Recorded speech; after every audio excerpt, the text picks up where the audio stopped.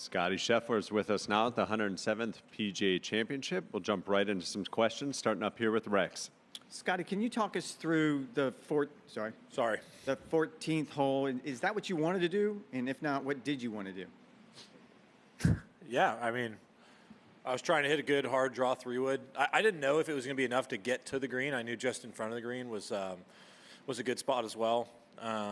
But it came off really nice, not a lot of spin, and was able, I didn't know if it was going to be able to get there because the wind was off to the left, and, I hit a hard draw, and typically if you draw it against that wind, it's going to take off a little bit of yardage. But, I came out with a nice low spin and draw and hit it really solid and was fortunate to get up there on the green. And, from that distance, yes, I executed the shot. Did I execute it thinking that I hit it to, 2 feet or whatever it was? That's a little. There's a little bit of luck involved in that when you're at 300 yards. But overall, I executed the shot exactly how I wanted to. Over to 14, Scott. Scottie, at one point, I don't know if you're aware, you were tied with Bryson and Rahm at the top of the board, and then you fall behind, and then this. Do you pay attention to that in a round like this while you're out there, or are you just trying to make as many birdies as you can?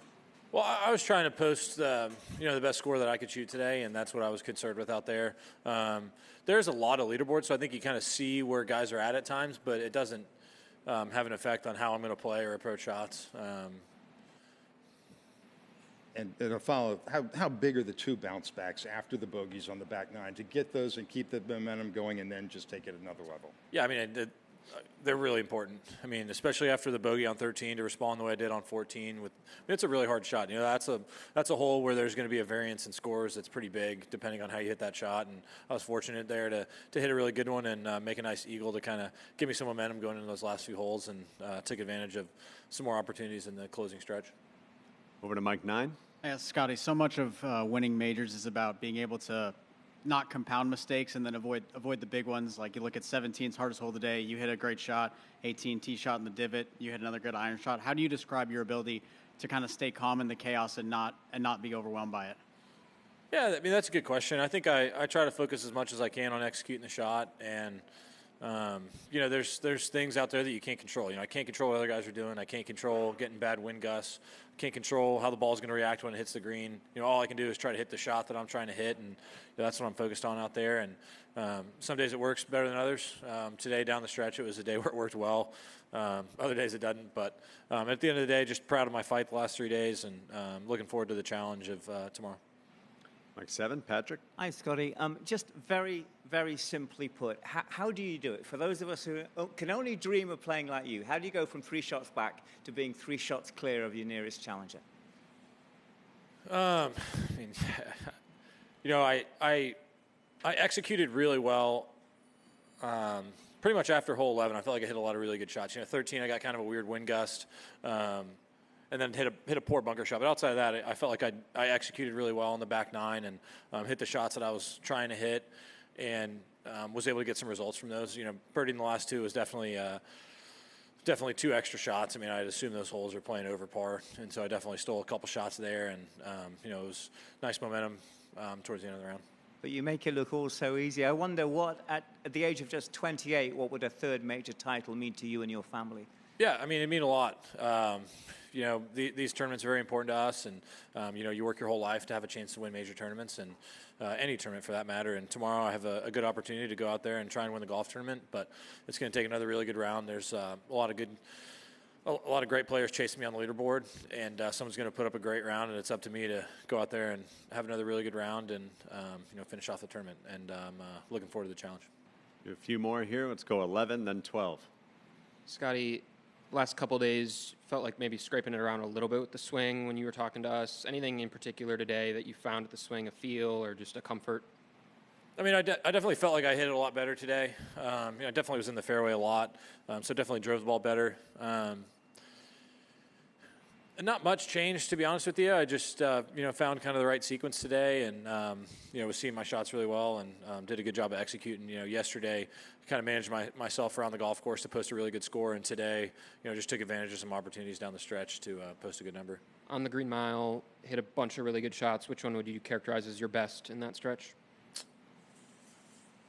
The iron shot actually hit into 16 might have been the most challenging. I was kind of with a back right pin, wind straight across, going down. Sometimes when you're that high up, you almost want it to be helping or hurting. It's really tough when it's just dead straight across. And I hit that iron shot really flush, and I was actually on a little bit of a side slope too. So I think that was, probably one of the best shots I hit today. Just hit it, pretty much exactly how I wanted to, and gave myself a good birdie look.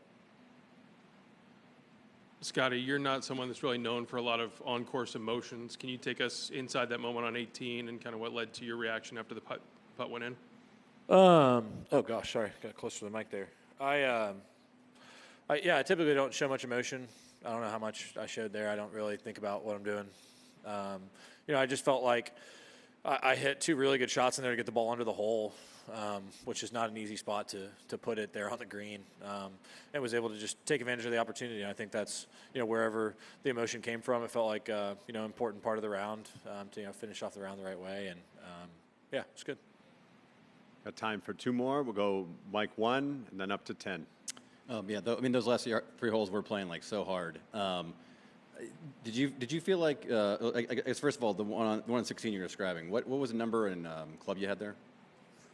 I think I had 198, and I hit a 7-iron. It was a little down the hill, so it was maybe down 6, only 192, but I hit a 7-iron. Yeah, and because they're playing so hard, like, do you expect that if you execute, you'll give yourself birdie chances, or do those feel like bonuses?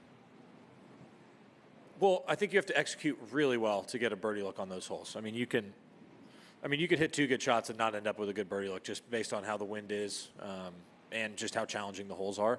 But all I'm trying to do is focus on my execution out there, and I was able to hit some good shots. You rank as one of the better putters in the world this season. I'm curious how much these last, 2-3 years have been kind of how much work has gone in to kind of slowly get to this point where you're so comfortable with it. Yeah, I think it's a lot of work at all aspects of the game. I've never been a guy that's focused too hard on one singular aspect. I think there was times throughout those maybe 2023 where I was arguably working too hard on my putting and putting too much pressure on myself to be perfect out there.